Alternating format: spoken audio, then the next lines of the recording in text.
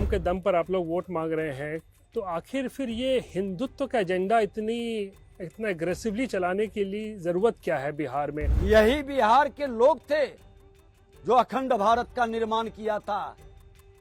वहां कोई सांप्रदायिकता की बात नहीं थी। एक लाइन में जवाब दीजिएगा, 2025 में क्या टारगेट लेके बीजेपी चल रही है चुनाव में इस बार? 2025 में माई और बाप समीकरण काम नहीं आएगा। क्या अगले 5 साल ही मुख्यमंत्री बनने के लिए आपको लगता है शारीरिक हो या मानसिक हो स्थिति में वो है? कई बार हम लोगों ने बैठे हैं, मिले हैं, पूरी तरह से गंभीरता के साथ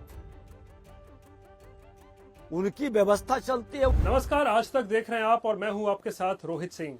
बिहार में इसी साल चुनाव होने वाले हैं और आज हम आज तक पर दिन भर चुनावी चर्चा कर रहे हैं और इस वक्त हमारे साथ मौजूद हैं बिहार के उप मुख्यमंत्री विजय कुमार सिन्हा। सिन्हा साहब, आज तक पर आपका बहुत बहुत स्वागत है। और क्योंकि होली का रंग भी चढ़ा हुआ है तो बिहार में चुनावी रंग भी देखने को मिल रहा है, लेकिन इस बीच विजय सिन्हा साहब, जो खबर आ रही है बिहार के लिए कानून व्यवस्था को लेकर, उस पर मैं सबसे पहले आपकी टिप्पणी चाहूँगा। 2 एएसआई की हत्या 3 दिनों के अंदर बिहार में हुई है। क्या ये नहीं दिखाता है कि बिहार में कानून व्यवस्था पूरी तरीके से फेल हो चुका है? देखिए, बड़ा दुखद घटना है और एक्शन भी सरकार ली है। प्रशासन के लोग वैसे अराजक तत्व के लोग अपराधियों को गिरफ्तार भी किए हैं, त्वरित गति से कार्रवाई भी हुई है और इस तरह की मानसिकता पर लगाम लगाया जाएगा। किसी भी स्थिति में ऐसे लोग बख्शे नहीं जाएंगे। सरकार पूरी तरह से लॉ एंड ऑर्डर स्थापित करने के लिए, एनडीए सरकार सुशासन स्थापित करने के लिए ही आया है। और मैं बता दूं कि जब अराजकता का वातावरण था तो उस पीरियड में भी श्रद्धेय अटल जी ने सुशासन स्थापित करने के लिए बिहार के मुख्यमंत्री माननीय नीतीश कुमार जी को भेजे थे और 2005 से पूरी तरह से बेलगाम लॉ एंड ऑर्डर को स्थापित करने में सफल हुए थे इन्होंने। नहीं, लेकिन आप कह रहे हैं सुशासन स्थापित है, लेकिन देखिए पुलिसकर्मी की हत्या अगर हो रही है 2 दिनों में, अररिया में भीड़ ने ही जो है एक अपराधी को बचाने के कड़ी में हत्या कर दी एएसआई की। कल रात मुंगेर में देख सकते हैं किस तरीके से हत्या की गई है। तो कानून व्यवस्था पर सवाल तो खड़ा होगा ना कि ये कैसा सुशासन है? नहीं, कुछ देखिए, हर समाज के अंदर कुछ अराजक तत्व के लोग रहते हैं। ये मानसिकता जो कानून को मानता ही नहीं है, पूरे माहौल को खराब करने में लगे रहते हैं। इसकी संख्या बहुत कम है, लेकिन ये लोग वातावरण को दूषित करने में जो माहौल खराब करते हैं, कौन लोग हैं आप समझ रहे हैं कि देख रहे हैं कि किनके संरक्षण में ये लोग पलते बढ़ते हैं। ऐसे लोगों को कौन कहीं न कहीं उत्साहित करता है, जिसकी करनी कथनी में समरूपता नहीं है। नेता प्रतिपक्ष को हम भी नेता प्रतिपक्ष रहे हैं, वो उप मुख्यमंत्री थे, हमने खुला चुनौती दिया था कि आप जब जब आते हैं सत्ता में तो अराजक तत्व के लोगों का मनोबल कैसे बढ़ता है, अपराध पर वो अपनी सरदारी कैसे साबित करने लगता है, प्रशासन को किस तरह से मखौल बनाता है। उनके एक भाई हैं, आज होली के दिन में देखिए क्या वीडियो वायरल हो रहा है। पुलिस को धमका के कह रहे हैं कि सस्पेंड कर देंगे, ये तो ठुमका लगाओ। ये मानसिकता दर्शाती है ऐसे लोगों का। और आज इसका कई साइड इफेक्ट बिहार में पड़ता है। हमारा निवेशक नहीं आता है, जो आता है वो पलायन के लिए, उसके आने के बाद पलायन के लिए विवश होता है। तो ये अराजक तत्व के लोग, एनडीए सरकार जब जब रही है, सत्ता से संरक्षण नहीं मिलता है, खुल कर करके खुली छूट। जिस भाषा में अपराधी समझे उस भाषा में समझाओ।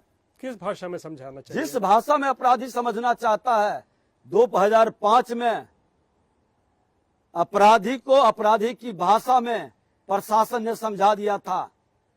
प्रशासन ऑर्डर के इंतजार में नहीं बैठता था। प्रशासन खुल करके स्पीडी ट्रायल चला करके एक्शन होता था। संपत्ति जब्त करने की भी व्यवस्था विजय बनती सिन्हा साहब, थी। लेकिन देखिए एक मॉडल उत्तर प्रदेश में चलता है जहां पर अपराधी को किस तरीके से ठंडा किया जा रहा है, तो हम लोग भी देख रहे हैं। क्या लगता है बिहार में भी क्या ऐसी कोई व्यवस्था की जरूरत है? नहीं, आपको जानकारी होना चाहिए कि उत्तर प्रदेश में ये मॉडल आज आया है, जोगी जी का मॉडल। बिहार में 2005 में एनडीए की सरकार पूरे जंगल राज को खत्म किया था। खुल करके इनकाउंटर कई अपराधियों को हुआ था। दहशत में बिहार छोड़ दिए थे या घर के अंदर दुबक गए थे। बिहार सक्षम है। आजादी के समय भी श्री बाबू मुख्यमंत्री थे। अंग्रेजों ने लिख के गया था कि बिहार लॉ एंड ऑर्डर में नंबर 1 स्टेट है। कहीं न कहीं प्रत्यक्ष या अप्रत्यक्ष ऐसे अराजक तत्व के लोगों को संरक्षण या सहानुभूति मिलती है, मनोबल बढ़ता है। लेकिन अब एनडीए की सरकार है, ऐसे लोगों का मनोबल नहीं बढ़ेगा और पदाधिकारियों में भी करप्ट मानसिकता के लोग होंगे जो इन लोगों के साथ सहानुभूति रखेंगे, वो भी बख्शे नहीं जाएंगे। क्योंकि अच्छे पदाधिकारी अभी आए हैं और मुख्यमंत्री भी पूरी सजगता से अपराध भ्रष्टाचार पर अंकुश और दबिश लगाने के लिए खुल कर करके अपने सहयोगी और प्रशासन के साथ उन्होंने स्पष्ट निर्देशित किया है। तो क्या एनडीए सरकार के तरफ से पुलिस को ये खुली छूट है कि अगर एनकाउंटर करने की जरूरत पड़े तो अपराधियों का एनकाउंटर भी किया जाए? देखिए, कहीं बंदिश है क्या? पुलिस की जान ले लेगा, पुलिस हाथ पर हाथ धर के बैठा रहे, अपराधियों की गोली खा करके मौत के मुंह में चला जाए? आत्मरक्षार्थ अपनी अधिकार है, ये मौलिक अधिकार है। अपनी आत्मरक्षा के लिए आप हर वह उपाय ढूंढ सकते हैं जिस उपाय से आपकी रक्षा हो सके। एनकाउंटर उसमें से एक उपाय है, आपको लगता है? मैं कह रहा हूं कि आपके ऊपर कोई हमला करेगा, अंतिम प्रयास आप करेंगे बचने का। पुलिस के पास शस्त्र है और उसकी हत्या कोई कर दे और पुलिस हाथ पर हाथ धर करके गोली खाने के लिए विवश कहां है? ये कहां बंदिश है? कहां माननीय न्यायालय का या सरकार का कोई रोक ऐसा लगा हुआ है? और आज जरूरत है कि अपराधियों को जिस भाषा में समझ में आता है। बिहार में भी माफिया राज था, बालू माफियाओं का कितना शोर था। हम नेता प्रतिपक्ष से 1000 राउंड गोली चली थी यही कोइलवर में, कई लाशें गिरी थी। सरकार भी वही है, प्रशासन भी वही है, क्यों बंद हो गया लाशें गिरना? नीयत ठीक रहेगा, नीति सफल होगी। सरकार की नीयत ठीक है, इसलिए लोग ये भूल जाए कि राजद के सहयोगी सरकार है, ये बीजेपी का सहयोगी सरकार है और बीजेपी एनडीए गठबंधन खुल करके सुशासन के लिए काम करता है। सिन्हा साहब, दूसरा सवाल एक आपसे करना चाहेंगे, क्योंकि आप कह रहे हैं सुशासन का राज है, कानून व्यवस्था कायम है, लेकिन नीतीश कुमार जिन्होंने बिहार में सुशासन कायम किया, उनको लेकर अब तेजस्वी यादव जो है वो हमला करते हैं, कहते हैं अचेत अवस्था में है, अयोग्य हो गए हैं, मुख्यमंत्री बनने के लायक नहीं है, उनके हाथ में बिहार असुरक्षित है। अब नेता प्रतिपक्ष सोने के चम्मच लेकर जन्म लिए हैं।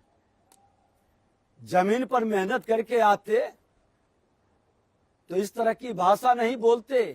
अपने पिताजी को राष्ट्रीय अध्यक्ष बना करके जो शारीरिक रूप से भी कमजोर दिखाई पड़ते हैं और मानसिक तौर से तो पहले ही कमजोर दिखाई पड़ते थे, पूरे बिहार को गाली बना दिए, बिहार के लोगों को पलायन के लिए विवश कर दिए। यही बिहार था ना उनके पिताजी के रीजन में कि जितना आतंकवादियों से गोली से नहीं मरा था, उससे ज्यादा बिहार में नरसंहार से मरा था। ये अचेत अवस्था कहलाता नहीं, वो समय भी कहलाया जाता था। आज मुख्यमंत्री नीतीश कुमार जी कम से कम अपराधी को संरक्षित नहीं करते, अन्य मार्ग में बैठा करके अपहरणकर्ताओं से डील नहीं करवाते। आज गाड़ी की लूट हुई थी, उन्हीं की साला ने बोला है कि अन्य मार्ग 1 नंबर से ही ये डील हुआ था। अरे ये लोग सत्ता की बेचैनी में जाति के जहर के लहर का कह ढाया और बिहार को बर्बाद किया। आजादी के बाद बिहार हर क्षेत्र में आगे था। पूरी व्यवस्था को ध्वस्त किया है इन लोगों ने।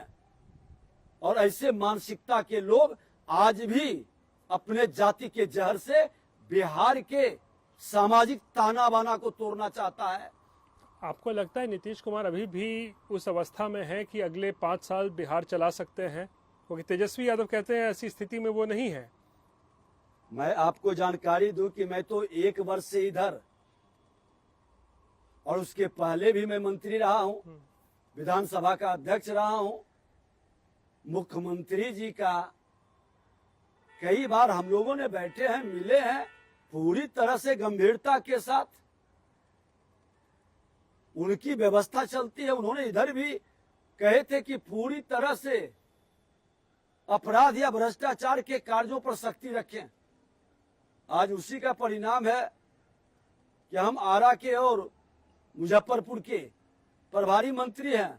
हमने खुल करके कहा था कि अपराधियों के साथ कोई भी सहानुभूति रखता है उस पर सख्त कार्रवाई करें, और जिस भाषा में अपराधी समझता है उस भाषा का उपयोग करें। मेरा सवाल दूसरा था, नीतीश कुमार के अगले 5 साल ही मुख्यमंत्री बनने के लिए आपको लगता है शारीरिक हो या मानसिक हो उस स्थिति में वो है? मालिक जनता है, जनता बहुमत देगी तो नेता नीतीश कुमार है। और एक चीज बता दें, नहीं, क्योंकि तेजस्वी यादव कहते हैं अचेत अवस्था में है। हम तो बता रहे हैं कि जब उनके पिता शारीरिक रूप से, मानसिक रूप से और कानूनी रूप से भी अपराधी, भ्रष्ट और दिवालियापन घोषित हो चुका है, और तब राष्ट्रीय अध्यक्ष होकर के वो पार्टी चलाते हैं, बेटा को धृतराष्ट्र दुर्योधन को रूप में स्थापित करना चाहते हैं। हम उस भाषा का उपयोग नहीं कर रहे, लेकिन यही लोग इतिहास के पन्नों में कहता है कि धृतराष्ट्र दुर्योधन को स्थापित करने के लिए आंखें बंद कर करके महाभारत करवा दिए। नीतीश कुमार उस स्थिति में नहीं है, वो शासन के चलाने योग्य है। उम्र है, अमूमन है कि एक उम्र होता है तो उम्र की ढलाव अब जो एक 50 साल का 40 साल के उम्र में जो नीतीश कुमार की कार्य क्षमता थी, थोड़ा सा अंतर पड़ता है। लेकिन ये कह देना कि उनकी उम्र हो गई है, अगर जो उम्र हो जाती तो 38 जिला घूम के आए, हर जगह दौरा किए, लोगों से मिले। और आप युवराज 5 साल नेता प्रतिपक्ष रहे, 5 लोगों से जाकर के घटना दुर्घटना में आप मिल सके क्या? मैं भी नेता प्रतिपक्ष 367 दिन था, 307 दिन 8 दिन हर जिले के अंदर दौरा किया था, लोगों से मिलते थे। याद होगा छपरा सिवान में शराब वाले मामले में किस तरह से दौरा किए थे। यही तेजस्वी यादव जी कहते थे, जो मुख्यमंत्री पहले बोलते थे जो पिएगा वो मरेगा, नहीं देंगे मुआवजा। भारतीय जनता पार्टी ने मुआवजा दिलाया 4 लाख रुपया लोगों को। अच्छा, एक छोटा सा जवाब इस सवाल का चाहूंगा, यानी कि नीतीश कुमार के नेतृत्व में ही एनडीए इस बार चुनाव लड़ने जा रहा है और मुख्यमंत्री भी नीतीश कुमार होंगे अगर एनडीए चुनाव जीतता है तो? देखिए, हमारा ऊपर का नेतृत्व इस पर कई बार कह चुके हैं, और बीजेपी कोई परिवारवादी, वंशवादी, जातिवादी पार्टी है नहीं, सामूहिक नेतृत्व की पार्टी है। और सामूहिक नेतृत्व जब निर्णय लेता है तो लोग स्वीकार नहीं करते हैं, स्वागत करते हैं। इसलिए हमारे कहने नहीं कहने से कोई अंतर नहीं पड़ने वाला। मेरा सामूहिक नेतृत्व इस पर कई बार कह चुके हैं, और जो नेतृत्व निर्णय लेंगे पार्टी के लोग स्वीकार ही नहीं स्वागत करेंगे, और कंफ्यूजन नहीं रहता है। मैं पहले भी कहा कि मैं सत्ता के लिए समझौता कभी नहीं करता हूं। यानी नीतीश कुमार मुख्यमंत्री बनेंगे? मैं बता रहा हूं कि मैं सुशासन के लिए समझौता करता हूं, बिहार को बर्बाद होने से बचाने के लिए समझौता करता हूं, और हमारा नेतृत्व का जो निर्णय है बिहार को बचाने के लिए, सुशासन के लिए, मुख्यमंत्री नीतीश कुमार वही बनेंगे। चलिए, लेकिन एक सोशल मीडिया पे बड़ी चर्चा रहती है सिन्हा साहब को कि आपका विधानसभा में जो तेजस्वी यादव के साथ जो आपका एक तूतू मैमे हुआ, जहां पर उन्होंने आपके तिलक पर सवाल खड़ा किया, आपके सनातनी होने के बावजूद झूठ बोलने का आरोप लगाया। अब वो इसलिए कहा क्योंकि विजय कुमार सिन्हा बहुत बेबाक तरीके से ये कहे जाते हैं कि अटल बिहारी वाजपेयी का सपना तो तभी पूरा होगा जब बिहार में कोई बीजेपी का मुख्यमंत्री बनेगा। तो वो टीस क्या विजय कुमार सिन्हा के दिल में या बीजेपी के दिल में आज भी है कि भाई बीजेपी का कोई मुख्यमंत्री आज तक आप लोग नहीं बना पाए बिहार में? देखिए, एक चीज मैं बता दूं कि अपने पार्टी का, अपने नेतृत्व का, हर पार्टी का एक सिपाही अपने नेता के सपना को पूरा करने के लिए काम करता है, इसमें दो मत नहीं है। श्रद्धेय अटल बिहारी वाजपेयी जी, माननीय जसवंत सिन्हा अध्यक्ष थे बिहार में, हाईकोर्ट के सामने बाबा भीमराव अंबेडकर के मूर्ति के सामने धरना था, उस समय आए थे, जंगल राज के विरुद्ध उन्होंने कहा था उसको हटाना है तो कमल को खिलाना है, भाजपा की सरकार बनानी है। और ये सपना उनका पूरा हुआ जब 2005 में कमल के बल पर एनडीए की सरकार और सुशासन स्थापित हुआ। और अपने दल के अंदर कौन कहेगा कि हम जिंदगी भर दूसरे के पालकी ढोते रहेंगे?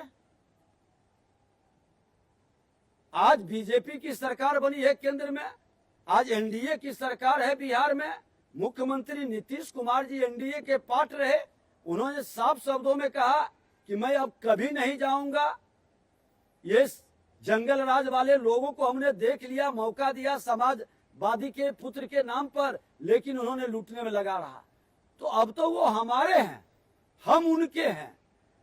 अब तो सबका साथ सबका विकास का जो महामंत्र देश के प्रधानमंत्री नरेंद्र मोदी जी ने दिया, ये सेंटीमेंट की बात नहीं, ये कमिटमेंट की बात है। और उस कमिटमेंट को जिसने भी स्वीकारा है, हम उसके साथ हैं। किसी दिन लेकिन आपको लगता है कि बीजेपी का अपना मुख्यमंत्री बिहार में होगा भविष्य में?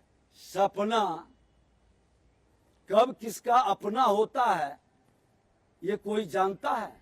कल मुख्यमंत्री नीतीश कुमार जी कहे कि नहीं बीजेपी की सरकार बने, उन्होंने कहा था पिछली ही बार, उन्होंने अपने मुख से कहे कि हम तो कहे थे कि बीजेपी का मुख्यमंत्री बन जाए। तो हमारा गठबंधन एक परिवार है और परिवार में सामूहिक नेतृत्व का निर्णय हम सब स्वीकारते हैं, इसलिए ये विषय में कहीं जगह नहीं है। लोग इसमें जो मसाला खोजते हैं वो मसाला शुद्धता और पवित्रता का प्रतीक के रूप में मसाला तो आप ही न देते हैं जब आप कहते हैं कि वाजपेयी जी का सपना तभी पूरा होगा जब बीजेपी का सीएम होगा। उस पीरियड का समय था, उस समय जंगल राज था, उन्होंने श्रद्धेय वाजपेयी जी ने उस अपना अपने हाथों से नीतीश कुमार को बिहार में भेजकर सुशासन स्थापित करने के लिए भेजा और सुशासन स्थापित हुआ, ये हम आप सब स्वीकारते हैं। चलिए, तो भविष्य में कभी हो सकता है बीजेपी का मुख्यमंत्री बने? हम तो कह रहे हैं कि आज एनडीए गठबंधन आज है, कल माननीय नीतीश कुमार जी और प्रधानमंत्री नरेंद्र मोदी जी के निर्णय और सहमति से सामूहिक नेतृत्व एनडीए के गठबंधन का हर निर्णय स्वीकार होगा कार्यकर्ता। अगर वो कहें कि नीतीश कुमार कहें कि नहीं बीजेपी अपना मुख्यमंत्री बनाए तो हो सकता है। मेरा एक व्यक्ति का यहाँ एक पार्टी का एक परिवार का तो है नहीं, सामूहिक नेतृत्व है। नीतीश कुमार जी अगर बोले कि आप ही बनाइए तो आप बना सकते हैं। सामूहिक नेतृत्व का निर्णय स्वीकार होगा, क्योंकि बीजेपी अपने गठबंधन को परिवार और भाई की तरह लेके चलता है और निभाता है, कमिटमेंट करता है तो उसको पूरा करता है। ये बताइए तो सिन्हा साहब, क्योंकि ये बड़ी चर्चा चलती है ना कि चुनाव जीत जाएंगे तो फिर नीतीश कुमार के साथ आप लोग शिंदे वाला खेल ना कर दे जो महाराष्ट्र में हुआ था। बीजेपी की ज्यादा सीटें अगर आ गई, शिंदे साहब के साथ खेला होता तो साथ रहते क्या? चुनाव तो आपने लड़ा था शिंदे साहब के नाम पे ही वहां। एक चीज बता दें, मैं कहा कि मैं गठबंधन को परिवार मानता हूं और जब परिवार के रूप में चलते हैं तो देखते हैं कि हम तो अपने विरासत से ज्ञान प्राप्त करते हैं। रामायण रामचरितमानस में भगवान राम राजा बनते बनते रह गए और भरत को राजगद्दी मिल गई और सब लोग स्वीकार कर लिए। ये सत्ता सेवा के लिए है, मेवा के लिए ये राजद कांग्रेस के लोगों का है। एक ही परिवार के युवराज बैठेंगे, दूसरा कोई नहीं बैठेगा। नीतीश के साथ कुछ खेला तो नहीं ना होगा? हम तो कह रहे हैं कि परिवार के तरह आपसी प्रेम और सहमति के आधार पर व्यवस्था बनती है। और बीजेपी ऐसे भी सुशासन के लिए, बिहार को विकसित बिहार बनाने के लिए राजनीति करती है। और बीजेपी बिहार की जनता के प्रति समर्पित है। हर बलिदान देने के लिए हम लोग तैयार बैठे हैं। जहां जन्म लिए हैं वहीं हम मरेंगे। अवसर के हिसाब से हम बदलेंगे नहीं। इतना काम कर रहे हैं, काम के दम पर आप लोग वोट मांग रहे हैं, तो आखिर फिर ये हिंदुत्व का एजेंडा इतना एग्रेसिवली चलाने के लिए ज़रूरत क्या है बिहार में? बाबा बागेश्वर की एंट्री, मोहन भागवत का आना, श्री श्री रविशंकर का आना, हिंदू राष्ट्र बनाया जाएगा, बिहार से इसकी शुरुआत होगी। तो क्या लग रहा है कि क्या उत्तर प्रदेश में जिस तरीके से ध्रुवीकरण होता है, बिहार को भी क्या आप लोग चाहते हैं कि जातियों में मतदाता वोट ना करके हिंदू बन के अगर वोटिंग बूथ पर जाए तो इसका फायदा होगा? नहीं, देखिए एक चीज बता दूं, ये सनातन के संतानों को जिस तरह से भयभीत करने का वातावरण बनाया गया सीमांचल के क्षेत्र में, आप देखिए बांग्लादेशियों के द्वारा जिस तरह से पोषित कर करके आज किशनगंज हमारे भगवान किशन के नाम से, और 75% आबादी कहां से आ गई? कैसे बढ़ा आबादी? हमारे लोग पलायन क्यों हो रहे हैं? कम से कम एनडीए सरकार में ये ठहरना चाहिए, रुकना चाहिए, फिर से कोई संबल बनना नहीं चाहिए। ये माहौल आज सनातन धर्मनिरपेक्षता का मतलब ये कहा है कि अपने धर्मों को गाली दो, धर्म गुरुओं को अपमानित करो, धर्म ग्रंथों पर प्रश्न उठाओ। कहा है धर्म निरपेक्षता का मतलब? अरे मेरे संविधान बनाने वाले लोगों ने संविधान के हर भाग पर किसका चित्र लगाया है? ये संविधान विरोधी मानसिकता के लोग जो राष्ट्र को गुलाम बनाने की मानसिकता रखता है।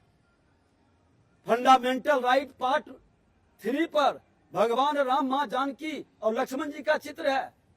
फंडामेंटल ड्यूटी जिसमें जुटा भाग 4 भगवान कृष्ण अर्जुन का है, हनुमान जी का है। आप पे आरोप लग रहा है ना, ये सब आप चलाक, जैसे सीता मंदिर बनाने का जिक्र हो रहा है कि आप लोग सांप्रदायिकता फैलाना चाह रहे हैं, माहौल बिगाड़ना चाह रहे हैं ताकि फायदा हो। मैं अपने सनातन के संतानों को उसकी शक्ति, उसकी भक्ति, उसके विरासत को बताना चाहता हूं कि यही बिहार के लोग थे जो अखंड भारत का निर्माण किया था।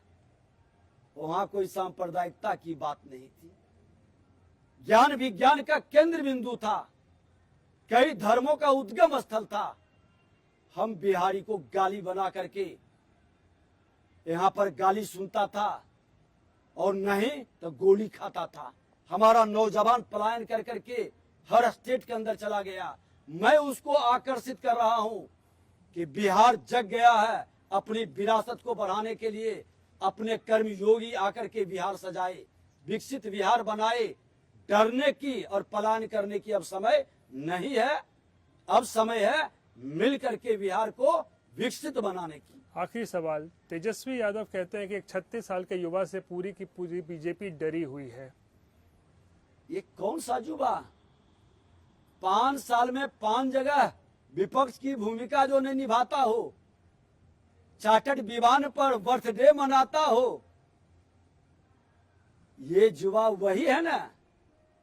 इनको सत्ता हाथ में जाने के बाद बिहार सुरक्षित रहेगा जो सोने के चम्मच लेकर के अय्याशी करने में, सनातन के संतानों को अपमानित करने में समय व्यतीत करता हो।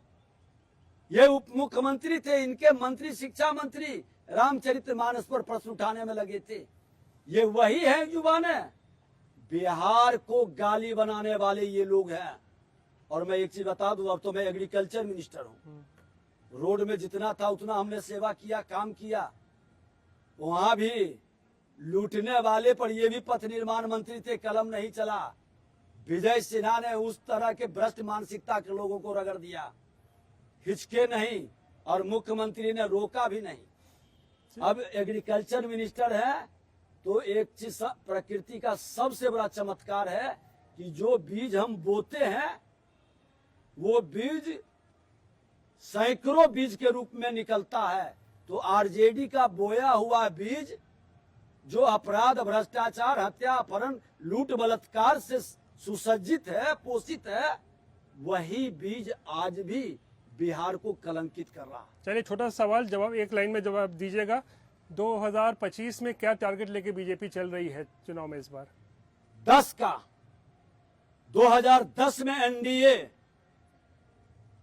22-23 सीट पर राजद को पहुंचा दिया था, वही लक्ष्य मेरा है। उस समय भी इनका माई समीकरण काम नहीं आया और बाप समीकरण भी काम नहीं आया। 2025 में माई और बाप समीकरण काम नहीं आएगा। चलिए, शुक्रिया विजय कुमार सिन्हा साहब। तो ये थे बिहार के उप मुख्यमंत्री विजय कुमार सिन्हा, जो साफ तौर पे कह रहे हैं कि 2025 में भी लक्ष्य यानी कि 2025 में 225 से भी ज्यादा सीटें जीतने का है। और तेजस्वी यादव पे भी काफी हमलावर कह रहे हैं माई समीकरण हो या बाप समीकरण, कोई भी काम नहीं आने वाला है। बहरहाल बिहार को लेकर चुनावी चर्चा जारी है।